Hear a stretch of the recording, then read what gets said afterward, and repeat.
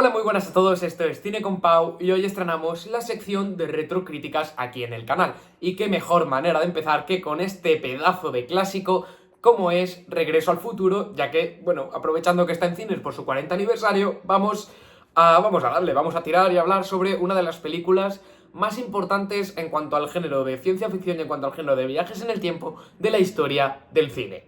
La película se estrenó en 1985 y dirige Robert Zemeckis. ¿De qué conocemos a Robert Zemeckis? Pues lo conocemos sin ir más lejos de, bueno, quien conoció a Roger Rabbit, de Forrest Gump. O sea, no nos suenan estas pelis para nada, ¿verdad? Pues esto, ese es Robert Zemeckis, al que conocemos de sobra, y el productor de la película es nada más y nada menos que Steven Spielberg, que en esos años, después del éxito de Tiburón, del éxito de E.T., Encuentros en la tercera fase, también estaban por ahí los Gremlins, pues vendía más decir que la película estaba producida por Steven Spielberg, y eso es lo que llevan la gran mayoría de los carteles de Regreso al Futuro si nos fijamos. Pero es que todo no acaba aquí, es que si nos vamos a la banda sonora, que es una de las más míticas, de las más memorables y de las más impresionantes de la historia del cine, tenemos a Alan Silvestri. Alan Silvestri, que bueno, es que últimamente he estado muy metido en películas de superhéroes, en películas de Marvel, por ejemplo, pero es que también le hizo a Robert Zemeckis la banda sonora, sin ir más lejos, de Forrest Gump. O sea, Alan Silvestri es uno de los grandes compositores de la historia del cine. Y todo eso junto,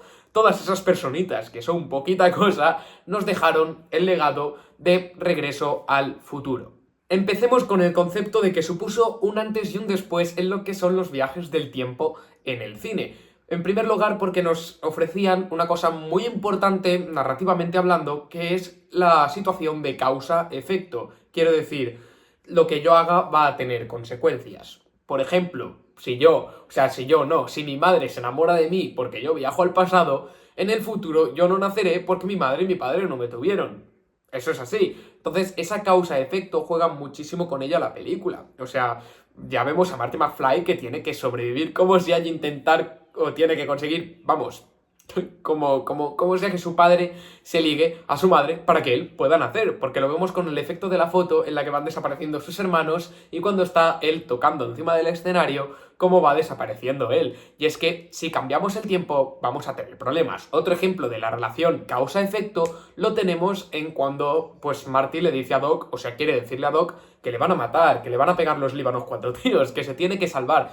Y Doc no quiere saberlo, porque dice que alteraría lo que ocurre en el futuro, que tú no puedes saber lo que va a suceder de ti, porque entonces está en tu mano cambiarlo y liarla en el espacio-tiempo. Pero al final vemos como Doc sí que termina leyendo el papelito y se pone el chaleco antibalas que le termina salvando. Pero bueno, vamos pillando lo que es el concepto de causa-efecto, que es algo muy importante y es algo que a los viajes del tiempo no se nos había añadido nunca. Entonces, es un factor relevante que hoy en día sigue utilizándolo todas las películas que nos hablan de viajes en el tiempo. Sin ir más lejos, Marvel, con todas estas líneas temporales y cómo todo ello afecta, ¿no? Pues es que funciona así y este concepto lo introdujo Regreso al Futuro. Y es por eso que dentro de este aspecto es tan importante la película.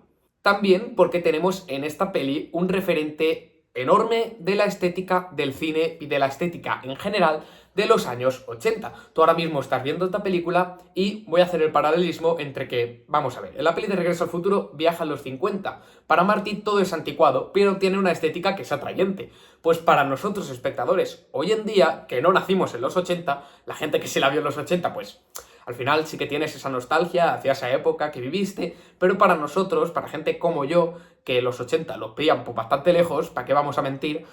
Estar viendo la película de Regreso al Futuro es como Marty McFly atrapado en los 50, porque tú estás viendo esos 80 y dices, ostras, qué anticuado es esto, pero qué bien se ve y qué bonito es, y no puedes dejar de pensar que ojalá haber nacido en los 80. Yo fui al cine a verla el otro día otra vez y dije, es que qué barbaridad, es que en los 80 yo quiero estar ahí, quiero nacer, quiero vivir esa época, ¿no? Entonces esa nostalgia sigue estando muy vigente hoy en día y eso hace que el éxito de Regreso al Futuro esté más en boca que nunca, porque al final estamos hablando de distintas épocas tratadas con tanta naturalidad, con tanta belleza y con tanta nostalgia, que es lo más importante de todo, que no puedes evitar sentirte identificado y sentir la misma nostalgia que, pues, Marty yendo a los 50, tú viendo la peli vas a los 80, es así de simple.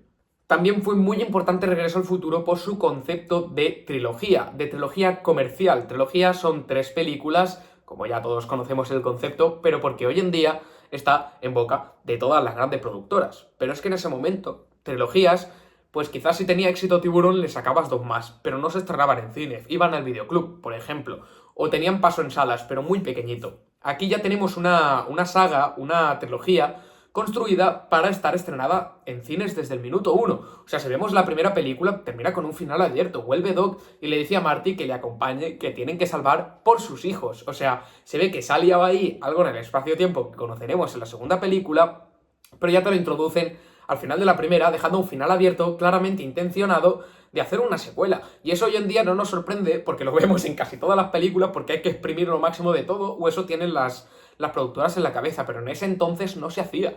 Regreso al Futuro fue pionera en el sentido de construir una trilogía desde que ya en el primer minuto, en la primera película, te la juegas diciendo, esto no ha terminado, espérate porque te vamos a sacar una secuela. De normal las secuelas pues se estrenaban si tenía éxito, si la gente la veía, para explotar, ¿no? Pero Regreso al Futuro cambió el concepto en el sentido de que ya desde un primer momento, jugándosela a que iba a funcionar, porque evidentemente eso iba a funcionar, pero ellos no lo tenían claro. Entonces se la jugaron con el concepto de esto no es una sola peli, esto es una saga. Y en eso también es muy novedosa hoy en día bueno, que estamos tan plagados de esto, pero que en su momento pues fue algo bastante revolucionario. Entonces es muy bonito poder seguir viendo y disfrutando hoy en día de Regreso al Futuro, porque yo estaba en el cine, había adultos que serían pues los jóvenes de ese momento que fueron a verla en sala y lo fliparon cuando fueron chiquillos, con sus hijos. Ese era el público objetivo más o menos que había en la sala. Y es muy bonito cómo ves que generación tras generación sigue atrayendo, porque es una película que a los niños de hoy en día les sigue funcionando, porque tiene personajes tan carismáticos, secuencias tan divertidas y una trama tan alucinante, tan... O sea, alucinante, no es que sea compleja del todo, pero es una trama que es muy fácil que tú como niño te lo pases, vamos, genial. Yo me lo pasé como un niño en la sala, pero porque es eso, o sea, tiene personajes tan carismáticos y tiene secuencias tan cómicas que las aplicas hoy en día y siguen funcionando de la misma manera, y eso es precioso, bellísimo, y eso solo lo consiguen las películas que perduran en el tiempo, y por eso Regreso al Futuro es una de ellas. Esa búsqueda de identidad, esa búsqueda de destino, eso es algo que está universalizado hoy en día. Todos buscamos nuestra identidad, todos creemos en nuestro destino, y Marty McFly va en busca de su identidad al pasado. Doc busca su identidad sabiendo por qué creó ese coche, ¿no? Y además del destino, ¿qué le depara el destino a Marty si él termina enamorándose de su madre? Pues que él no va a nacer, ¿no? O sea... O el destino está más claro que nunca con, por ejemplo, cómo era su padre antes de que Marty viajara al pasado y cómo es su padre después. Todo cambia y lo cambia Marty. O sea, estamos hablando de conceptos que realmente son más amplios de lo que parecen, pero que son muy jugables y que son muy... O sea, muy a la actualidad, muy a la orden del día, estés en la época en la que estés. Entonces, al usar temas tan universales, eso va a funcionar siempre. Y es otro punto a favor, el cual ayuda a que este tipo de películas pues siga funcionando. ¿Por qué funciona Jurassic Park? Pues porque hoy en día, que es más nueva, Jurassic Park que Regreso al Futuro, pero seguimos, o sea, los dinosaurios nos siguen llamando la atención, y que los creen y regeneren es algo que sigue a la orden del día. Blade Runner, más de lo mismo. ¿Por qué nos funciona? Porque esas ciudades aún nos las tenemos y tenemos el mismo concepto de futuro que tenían en los 80 de lo que iba a ser ahora la actualidad.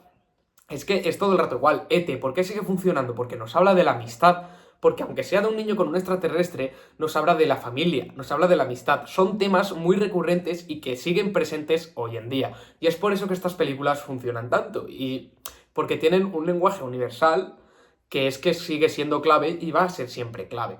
Además de que cada detalle narrativo, de que cada detalle visual va a estar presente en la película y se te va a recordar y va a servir para algo. Los primeros 2 minutos de la película, con los relojes, con todos los inventos que ha creado, con lo que nos dice la tele, con lo que nos dice la radio, nos está revelando la trama entera de la película sin que nos demos cuenta. O sea, es que estamos hablando de un guión, tanto narrativo como visual, que es tan potente y está tan bien hecho y hecho con tanto cariño, tanto amor y tan bien hiladas las cosas y tan bien jugado, que eso siempre va a funcionar, porque cuando tú tienes un guión que es muy potente y que es muy interesante y que hila las cosas bien dentro de sí mismo, eso, da igual en la época que estés, que siempre te va a gustar. ¿Por qué nos gustan las películas de Hitchcock? Porque hoy en día nadie ha conseguido transmitir el misterio de la misma, o el suspense, mejor dicho, de la misma forma que lo transmite Hitchcock. Porque al final seguimos hablando de algo que sigue pasando. Tú conoces lo que sucede, pero los que personajes de la película no, y eso a ti te mete en tensión. Da igual que esté hecho en los años 50 que en los años 2000.